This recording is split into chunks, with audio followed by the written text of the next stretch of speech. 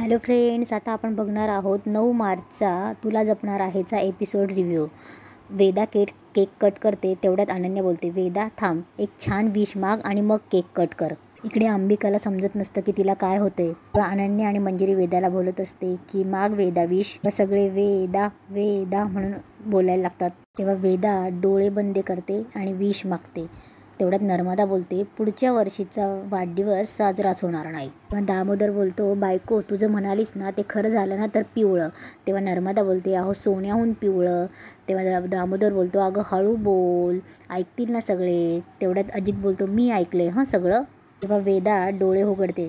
तेव्हा अनन्या बोलते happy birthday आणि सगळे हॅपी बर्थडे टू यू म्हणून वेदाला विश करतात. अंबिका पण विश करत असते, पण अंबिकाला त्या आळाबंधनचा त्रास होत असतो. तेव्हा सगळे वेदाला केक भरवतात. वेदा ही तिच्या आजी आजोबांना केक भरवते. तेव्हा मंजिरी बोलते अथर्व. तेव्हा अथर्व केकचा एक पीस घेतो आणि बोलतो हॅपी बर्थडे वेदा. पण वेदा केक खातच नसते. तेव्हा अंबिका बोलते की बाबा बेटा बाबा भरवतायत ना, खा बाळा. तेव्हा अथर्व केकचा पीस वेदाच्या तोंडासमोर घेऊन उभाच असतो. तेवढ्यात वेदा अथर्वकडे बघते आणि हसून केक खाते. तेव्हा हे मायालाही खूप चकित वाटतं. अथर्वही खूप हॅप्पी होतो. अंबिकालाही खूप हॅप्पी वाटतं. तांत्रिक जसा जसा त्या बाहुलीला गुंडाळत असतो तसा तसा इकडे अंबिकाला त्रास होत असतो. तेव्हा मंजिरी बोलते, ऐका सगळ्यांनी ऐका, मला काहीतरी महत्त्वाचं सांगायचंय. पण नर्मदा बोलते, तसंही वहिनी जे काही बोलते ना ते महत्त्वाचंच असतं.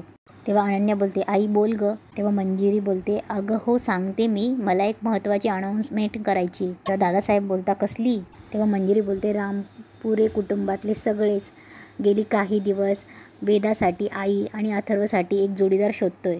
तेव्हा मंजिरी बोलते, आणि आता तो शोध संपलाय. तेव्हा मंजिरी बोलते, कारण त्यासाठी मी मायाची निवड केली आहे. हे ऐकून अंबिकाला खूप राग येतो. अंबिका बोलते, नाही. इकडे अंबिका घरातून बाहेर खेचली जाते आणि तिचा आत्मा घरातून बाहेर फेकला जातो आणि ती बोलते, हे काय होतंय, कोण मला माझ्या घरापासून दूर करतंय. तेव्हा अंबिका शोधते कोण येते आणि परत घरात जायला लागते. घरात जाता जाता पाऊल ठेवणार तेवढंच ती बाहेर फेकली जाते. अंबिका पुन्हा पुन्हा घरात जायचा ट्राय करते, पण तिला जाता येत नसतं. तेव्हा अंबिका बोलते, काय होतंय हे, आत का जाता येत नाहीये. इकडे मंजिरी बोलते, आपण लवकरच माया आणि अथर्व या दोघांचंही लग्न लावून देणार आहोत. इकडे नर्मदा, दामोदर, मायाला खूप आनंद होतो. तेव्हा दादासाहेब बोलतात, मंजिरी तू निर्णय घेतलायस म्हणजे नक्कीच तो काहीतरी विचारपूर्वक घेतला असशील. तेव्हा अनन्या बोलते, तरी मला असं वाटतंय की आपण घाई करतोय आई. तेव्हा मंजिरी बोलते, अनन्या मी हा निर्णय पूर्ण विचार करूनच घेतलेला आहे आणि त्यात कसलाही बदल होणार नाही. तेव्हा वेदा टेबलवरची वस्तू रागाने फेकून परत पळत पळत आपल्या खोलीत निघून जाते. अंबिका बाहेरून वेदाला बघते आणि बोलते, वेदा. तेव्हा अंबिका बोलते, माझी वेदा आते, मला तिच्यापाशी असायला हवं. अंबिका परत जाण्याचा घरात ट्राय करते, पण तिला जाताच येत नाही. तेव्हा वेदा रूममध्ये जायला गेल्यावर अथर्व तिच्या मागे जायला लागतो. तेवढ्यात मंजिरी त्याचा हात धरते. तेव्हा अथर्व बोलतो, आई. तेव्हा मंजिरी बोलते, अथर्व थांब, हे बघ ती आत्ता नाराज आहे, पण आपण तिची समजूत काढू शकतो, आत्ता नाही अथर्व. तेव्हा अथर्व बोलतो, आई मी आत्ता. तेव्हा मंजिरी बोलते, अथर्व तुझा माझ्यावर विश्वास आहे ना. तेव्हा मंजिरी अथर्वचा हात सोडते. अथर्व तिथे शांत बसतो. सगळे टाळ्या वाजवतात आणि इकडे अंबिका बोलत असते की नाही अथर्व. तेव्हा अंबिका चिडते आणि बोलते, माया आणि तिला जे बंधन घातलं असतं ते तोडण्याचा प्रयत्न करते. अंबिका पुन्हा पुन्हा ट्राय करते आणि बोलते की मला आज असं का करता येत नाही, माझ्या शक्ती सगळ्या ट्राय करून झाल्या का नाही होते. तेव्हा अंबिका जोरजोरात रडते, माया. इकडे सर्व अथर्व आणि मायासाठी टाळ्या वाजवत असतात. इकडे अंबिका रागात देवी आईच्या मंदिरासमोर येते. तेव्हा अंबिका बोलते, देवी आई, तुझ्या तर नावातच आई आहे आणि तू कोणा एकाची आई नाहीयेस, तू सगळ्या जगाची आई आहेस. सगळी तुझीच लेकरं आहेत आणि अलीकडे का दुर्लक्ष केलंस तू, या लेकीकडे का दुर्लक्ष केलंस, का विसरलीस मला. आज तुझी लेक कुणाची तरी आई आहे. या आईचं दुःख का नाही कळलं तुला.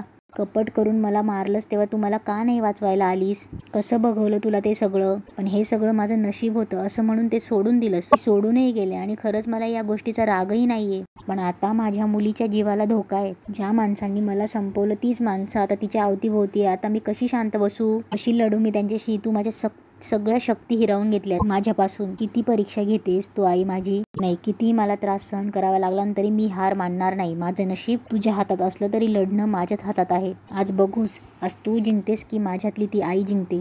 आज काही झालं तरी मी तुझ्या चरणावर माथा ठेवेलच. अंबिका देवी आईच्या पायऱ्यावर चढत असते. तिला त्रास होत असतो, तिला चढता येत नसतं, तरीही ती एक पाऊल पुढे पायरी चढत असते. पुन्हा अंबिका मागे खेचली जाते. तेव्हा अंबिका बोलते, देवी आई काय इच्छा आहे तुझी? काय करावे मी? माझ्या बाबतीत जे घडतंय ते बघून तुला काहीच वाटत नाहीये का? अगं तुझ्या डोळ्यात देखत भस्म झाले ना मी, आणि बरं ज्या व्यक्तीमुळे मी ही आणि तीच व्यक्ती माझ्या आई, वेदाची आई बनून माझ्या घरात जाणार आहे. ती माझ्या मुलीला माझ्यासारखं संपवू पाहते आणि तू मला काहीच करू देणार नाहीस. आई कुठे चुकले मी? सांग ना, कुठे चुकले मी? आज तुला काहीतरी चमत्कार करावाच लागेल आणि तोपर्यंत मी इथून हलणार सुद्धा नाही. एवढ्यात तिथे एक म्हातारी येते आणि ती बोलत असते की देवी आई येते ग तुझ्या दर्शनाला. ती आंधळी असते.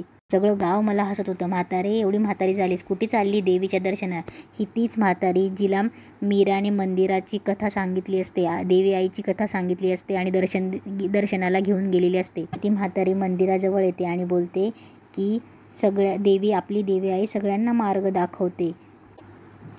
देवी आई मार्ग दाखवताना आपली परीक्षा पण घेत असते. हे सगळं अंबिका ऐकत असते. आपण सुद्धा आपल्या मुलांना कणखर बनवण्यासाठी त्यांची परीक्षा घेतोच की. त्यांना प्रयत्न करू देतो, धडपडू देतो आणि मग हवं नको तेही पुरवतो. धडपडीशिवाय काहीही लेकरांना मिळू दिलं ना तर त्याचं महत्त्व त्यांना समजतच नाही. मग देवी आईचंही असंच आहे. त्या आजीचं बोलणं ऐकून अंबिका पाठीमागे बघते आणि तिला सगळं तिकडचं गाव आठवत असतं. मीरा रांगोळी काढताना दिसत असते. ती आजी अंबिकाकडे बघतच असते पाठीमागे वळून. तेव्हा अंबिका बोलते, माझ्या सगळ्या प्रश्नांची उत्तरं तिथे मिळतील. अंबिका मागे बघते तर ती म्हातारी गायब झालेली असते. देवी आईनेच तिला संदेश दिलेला असतो. इकडे वेदा शांत बसलेली असते. वेदाच्या खोलीत अथर्व येतो. तेव्हा अथर्व बोलतो, वेदा बाळा मला माहिती आहेस तू रागवली माझ्यावर. तुला लग्नाचा डिसिजन, तू जे काय ऐकलेस ते पटलं नाहीये तुला, मला कळतंय बाळा. मी सुद्धा अंबिकाला कधीच विसरू शकणार नाहीये. तुझी आई आपल्या दोघांच्या मनात कायम राहणार आहे, कायम. पण तुला जर नको असेल ना तर मी हे लग्न करणार नाहीये, आय प्रॉमिस. तेवढ्यात तिथे मंजिरी आणि माया येते. अथर्व बोलतो, बाळा आय प्रॉमिस मी हे लग्न करणार नाही, तुला नको असेल तर. वेदा काहीच बोलत नाही. अथर्व तिथून उठतो. तेवढ्यात मंजिरी आणि माया आतमध्ये येतात. मंजिरी अथर्वला बोलते, अथर्व मी घेतलेला निर्णय तुला कितपत पटलाय मला माहित नाही, पण एक लक्षात ठेव, आपण जे काही करतोय ते फक्त वेदासाठी करतोय. तिचं नाराज होणं साहजिक आहे, पण आपणच तिला समजवायला हवं ना.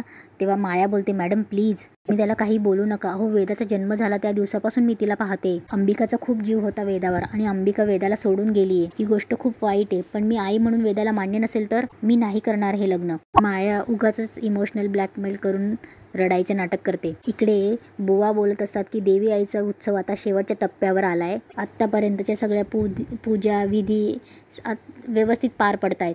तेव्हा नागनाथ बोलतो, हो जे काही शुभ मंगल घडतंय ते देवी आई स्वतःच करून घेते. बुवा बोलतात, मीरा तुझं विशेष कौतुक आहे. तुझ्या आत्मविश्वासाने सगळे विधी पूर्ण केलेत. ते बघून सगळ्या गावाला आनंद वाटलाय. आता उद्याचा फक्त एक विधी व्यवस्थितपणे पार पाडायचा आहे. तो पाडला ना तर सगळं मंगल होणार आहे. ज्या हेतूने तू कार्य हाती घेतलेस ते हेतूही पार होणार आहे. शिवनाथावरचा कलंक जाईल. त्याच्याकडे गावाकडे तुझ्या बघण्याचा दृष्टिकोनही बदलेल. शैलेजा बोलते, पुढचा विधी कठीण नसेल ना? तेव्हा शैलेजा बोलते, नाही म्हणजे आधीचा विधी ती करत होती तेव्हा मला खूप काळजी लागली होती. तेव्हा नागनाथ बोलतो, शैलेजा या उत्सवातले सगळे विधी कठीणच असतात, पण मला पूर्ण खात्री मीरा या पुढचा विधी देखील नीट पार पाडीन. तेव्हा मीरा बोलते, काका मी नक्की प्रयत्न करेन. तेव्हा बुवा बोलतात, आता हा उत्सवाचा शेवटचा विधी असणार आहे, त्याचा मुहूर्त उद्या सकाळी आहे. तेव्हा शैलेजा बोलते, नक्की काय करावं लागेल मीराला?